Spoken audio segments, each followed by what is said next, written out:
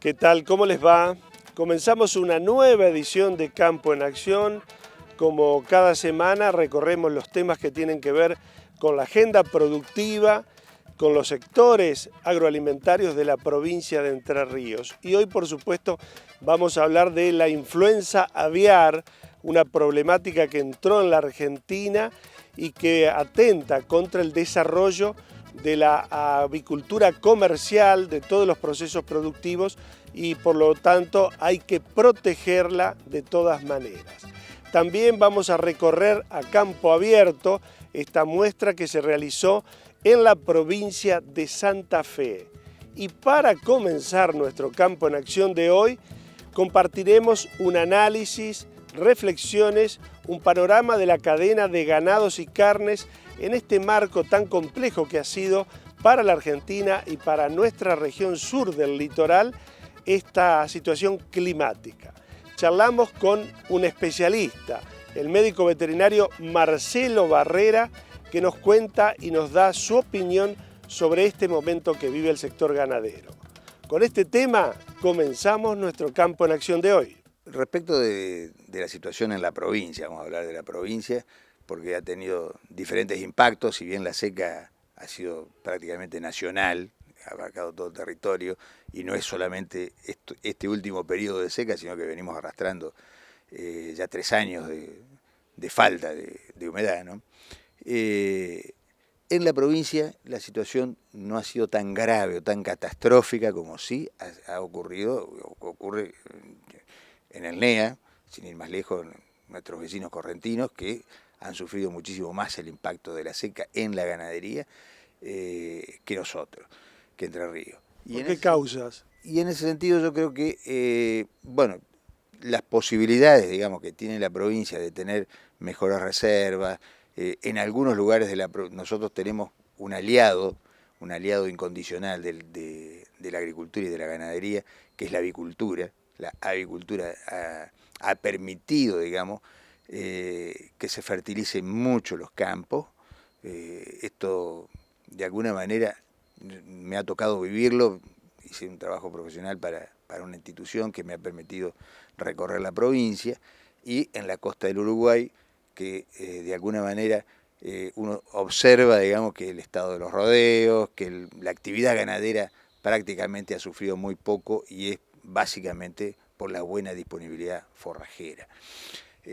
Cuestión que todavía creo que sigue siendo el eje central de la problemática ganadera, más allá de la seca.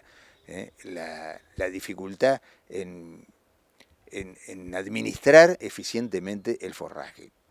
Insisto que ese es el cuello de botella más grande que tiene la ganadería. ¿Esto se puede generalizar o estás hablando de algún segmento de producción, de productores que han incorporado este manejo, esta tecnología? Básicamente, la utilización de fertilizantes, que es muy baja a nivel país, es muy baja en todos los órdenes, en la agricultura, lo es muchísimo más aún en la ganadería. La ganadería es un insumo que usa muy poco a la hora de implantar praderas, implantar verdeos, para hacer forraje.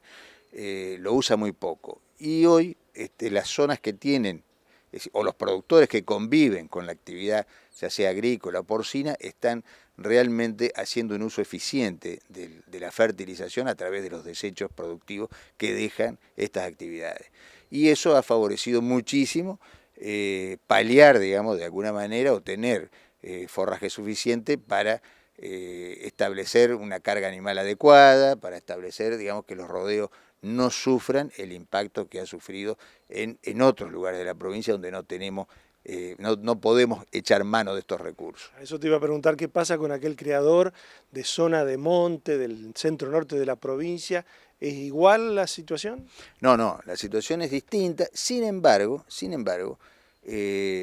dista de ser gravísima. Es decir, uno puede observar en el norte, en Feliciano, en Federal, Federación, en La Paz, que los rodeos no han sufrido tanto el impacto de la seca, es decir, no hay un estado malo de la hacienda, uno ve que la hacienda todavía se mantiene en buen estado.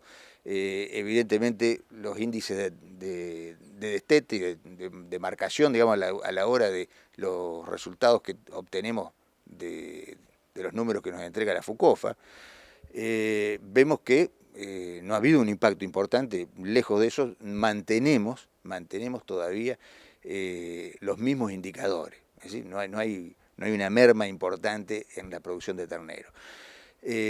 Lo que sí evidencia es que evidentemente la ganadería viene de alguna manera en un camino de evolución de la mano de los precios, de la mano de la rentabilidad. En estos últimos años, más allá de coyunturas particulares, por supuesto, la ganadería ha retomado un ciclo virtuoso, digamos, en función de los precios, cuestión que no teníamos hace un tiempo atrás. Y esto demuestra que el ganadero aprende a manejar, aprende a cuidar su recurso cuando tiene valor. Es decir, esa es la importancia que siempre decimos que la ganadería no necesita de aportes del Estado, sino básicamente que mejore su ecuación, que no se intervenga tanto en función del precio de la carne en los mercados, y que esto favorece absolutamente a la mejora productiva. ¿Podemos esperar en las próximas pariciones que no haya una situación tan difícil de caída? Bueno, si uno mira los números que ocurrieron en la seca del 2008-2009, donde hubo una merma entre el 20 y el 25% de ternero, eso no ocurre en la actualidad, eso no está ocurriendo. Hoy los indicadores que nos entrega FUCOFA nos hablan de que tenemos 1.880.000 vacas y seguimos teniendo 1.130.000 terneros. Básicamente, no son buenos estos indicadores, por supuesto, hablan de que seguimos con un 62, 63, 64% de marcación de terneros logrados, que no es bueno, obviamente, pero que sí no ha tenido un impacto muy fuerte en este ciclo de seca, ¿no? Hacemos la primera pausa en nuestro programa. En el próximo bloque nos vamos a la provincia de Santa Fe y recorremos a Campo Abierto. Estuvimos en la muestra que organiza todos los años la Asociación de Cooperativas Argentinas. En esta oportunidad se desarrolló muy cerquita de la localidad de San Agustín, en la provincia de Santa Fe. Charlamos con Fernando Rosek acerca de lo que es el programa de mejoramiento de maíz y cómo ha sido en este año tan complejo. La verdad que es un año, bueno, como lo dijiste vos, bastante complicado. Es una sequía que cruza todas las zonas, todas las fechas, así que difícil de sobrellevar, ¿no? Bueno, lo dice el refrán, en la cancha se ven los pingos y ante un ambiente como este quizás es el momento propicio para testear los materiales que desde el semillero proponen.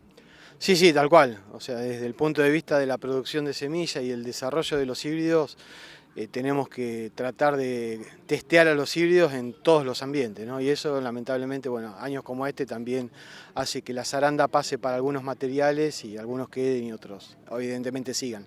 En esta oportunidad, ¿cuántos materiales se están mostrando en este campo abierto y más o menos dividido en qué sector? Bueno, un poco el objetivo de lo que estamos mostrando hoy acá en San Agustín es mostrarle al productor lo que son las novedades en cuanto a eventos. Hoy estamos presentando 2 híbridos con el evento Trecepta, que es una novedad a nivel argentino, a nivel de mercado argentino. Trecepta básicamente lo que tenemos es lo mejor en cobertura a insectos, pensando en el complejo de Diatraea, en lo que es el Icoverpa y lo que es cogollero, con resistencia o tolerancia a glifosato. Y a su vez también estamos presentando un híbrido en versión Viptera 3, que tiene la misma performance a insectos que Trecepta, y a su vez, bueno, Viptera 3 es con resistencia a glifosato y glufosinato de amonio también. Nosotros venimos puntualmente de la provincia de Entre Ríos. Si tuviéramos que destacar un material que pueda ser un caballito de batalla en cuanto a maíz para grano, ¿a qué podríamos recomendar? Bueno, hay varios, ¿no?, de los productos. Yo te diría que la mayoría se adapta a todos los ambientes. Nosotros como política en ACA tenemos que la mayoría de los materiales tienen que ser todoterreno, ¿no? Lo que sí hay que tener precaución es no solamente el híbrido, sino cómo lo vamos a manejar, ¿no? Entonces ahí entra a jugar la densidad de siembra, qué fertilización, qué manejo tecnológico vamos a usar, en qué fecha de siembra lo vamos a usar, y después entraría el híbrido, ¿no? Entonces yo te podría nombrar 473, 470, 476, 484, 482, son prácticamente todos los híbridos de la paleta, pero después va a venir un poquito el hilado más fino en función de cómo es el lote, cómo es el ambiente, qué fecha de siembra quiero explorar, y ahí bueno, uno va, digamos, ya siendo por un camino un poquito más detallado. En un año tan difícil como el presente para un cultivo de maíz, ¿hizo el productor los deberes en cuanto al manejo que usted acaba de mencionar? Sí, el productor en general son buenos productores de maíz, conocen bien el cultivo y en sinergia con todos los técnicos del sistema cooperativo las cosas se hacen. Después, bueno, como todos sabemos, el ambiente termina definiendo, ¿no?, lo que se termina haciendo. Y a veces también hay algo de apostar, ¿no? Uno a veces tiene la esperanza de que el año venga mejor de lo que decían los pronósticos, que a veces de hecho ocurre, y también hay que tener esa previsión, ¿no? Entonces hay materiales que también a veces se destacan por a nivel de manejo en una situación complicada, comportarse bien, pero también están capacitados para capturar una mejora en la oferta ambiental. Y también en esta edición de A Campo Abierto charlamos con Alfredo González acerca de los materiales que sirven para alimentar el ganado. Tenemos que ser mucho más didácticos en la utilización de la cantidad de recursos que tenemos. ¿Por qué? Porque tenemos muchas opciones dentro de los distintos híbridos, de las formas de los híbridos, porque tenemos desde un granífero doble propósito, uno de pastoreo directo, un silero, un fotosensitivo, que a su vez tienen la capacidad de tener baja lignina como los BMR. Entonces, tenemos un montón de herramientas para trabajar sobre el cultivo. ¿Y por qué hacemos sorgo? Básicamente porque en los lugares donde el maíz no puede expresar su mejor rendimiento, podemos ir con sorgo. Justamente eso quería preguntar, como cultivo en sí, ¿cuáles son los beneficios que presenta? Básicamente se adapta a ambientes más limitados, con algunos más salinos, que el maíz no se adapta. Tiene un periodo crítico más amplio porque tiene la capacidad de latencia. El maíz en su periodo crítico es muy duro. Si nosotros no tenemos condiciones, perdemos prácticamente la producción. Y después tenemos estas opciones para hacer no solo un sorgo granífero o un forrajero o un doble propósito para picar, y además la combinación de ambos, porque puedo hacer un sorgo que sirva para pastoreo y que después lo puedo ensilar.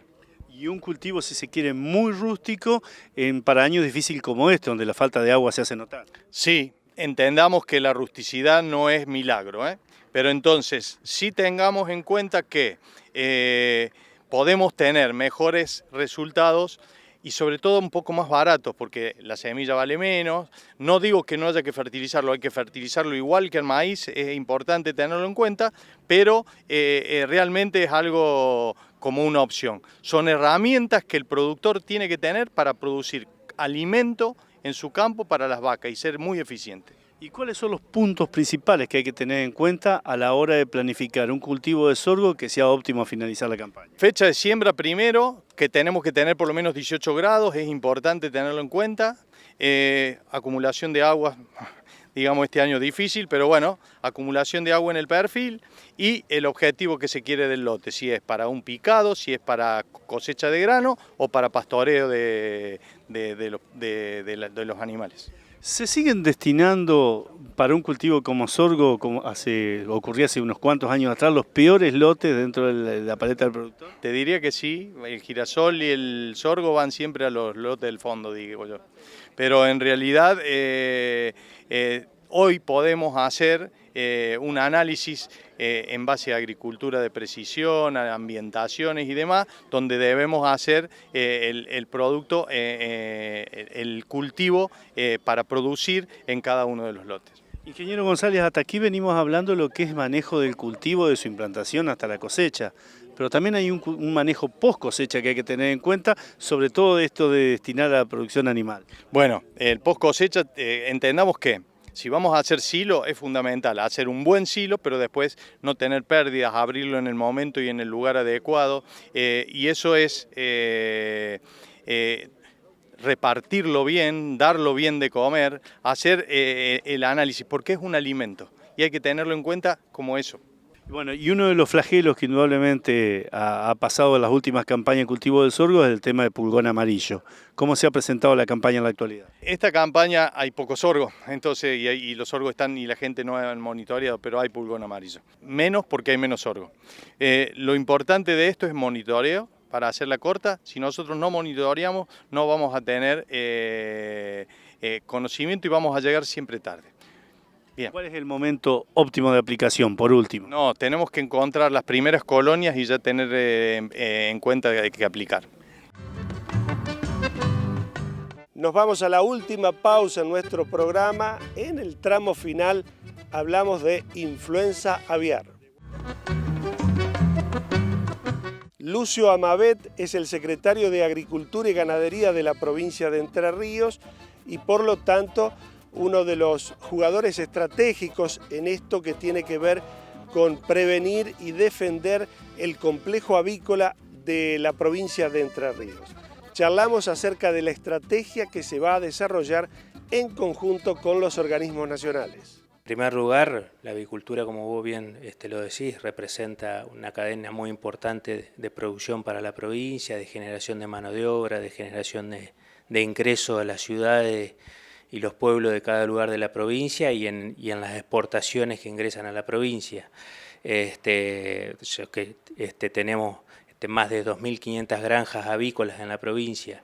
Nos encuentra ocupado en permanente diálogo con el Gobierno Nacional, fundamentalmente con la Secretaría de Agricultura, Ganadería y Pesca y con el SENASA, actuando de manera coordinada en lo que la provincia puede poner a disposición, que es todo el personal de fauna de la provincia, de áreas naturales protegidas de la provincia a través de la Secretaría de Ambiente, de la Dirección General de Fiscalización, en aumentar la vigilancia en cuanto a encontrar o aves muertas, aves silvestres muertas o de traspatio, o en el avistaje de aves con sintomatología.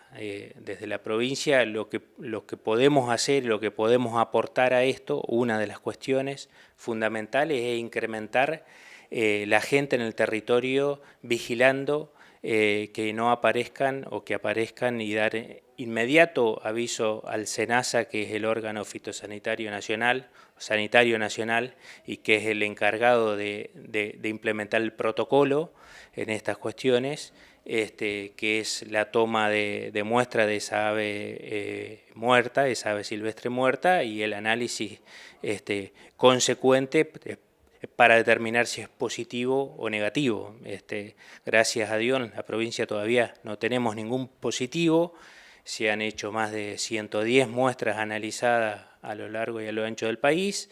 Hay 11 casos positivos y lo importante en esto es incrementar la vigilancia, que las granjas productivas de huevo o de pollo puedan implementar todas las medidas de bioseguridad. En eso hemos estado trabajando ayer con personal nuestro de la provincia, con el SENASA y los veterinarios de cada uno de los integrados avícolas en Concepción del Uruguay, de manera tal de tomar todos los recaudos posibles para que la gripe aviar no ingrese en las granjas productivas, ¿no es cierto?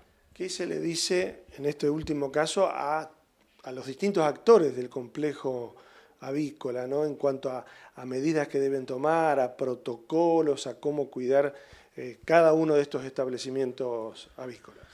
Bueno, fundamentalmente implementar todas las medidas de bioseguridad que ha establecido el SENASA, todo lo que tiene que ver con el resguardo de que no ingresen aves silvestres a las granjas. En eso se ha implementado todo un sistema de malla que recubre la posibilidad de ingreso, que en cada uno de los ingresos o egresos de aves a las granjas se tiene que hacer un lavado y un control químico de cada uno de los transportes que ingresan y egresan de las granjas, y estar alerta el granjero a cuando se encuentre un número importante de aves muertas más allá de lo normal, enseguida dar aviso al SENASA para que se pueda tomar las muestras del caso y analizar si esto tiene que ver o no con influenza aviar. ¿Qué pasa con la salud pública, digamos, el consumo de algún producto, de los alimentos de todo este complejo? Es muy importante llevar la tranquilidad a la gente de que se puede consumir de manera natural como se venía haciendo, tanto los productos derivados del pollo y el huevo. Todo lo que tiene que ver con la carne aviar y el huevo, no hay ninguna afectación en la salud en el consumo de productos avícolas o derivados de productos avícolas.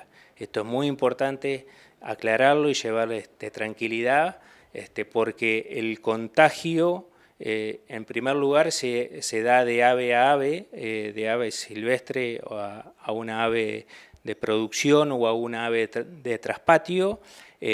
Puede ser el contacto entre ave y humano, pero entre humano y humano no hay contagio, y el contagio entre ave y humano, el porcentaje es menor, es significativamente menor. Entonces, las medidas para las granjas productivas es aplicar los protocolos y las normas de bioseguridad que establece el SENASA.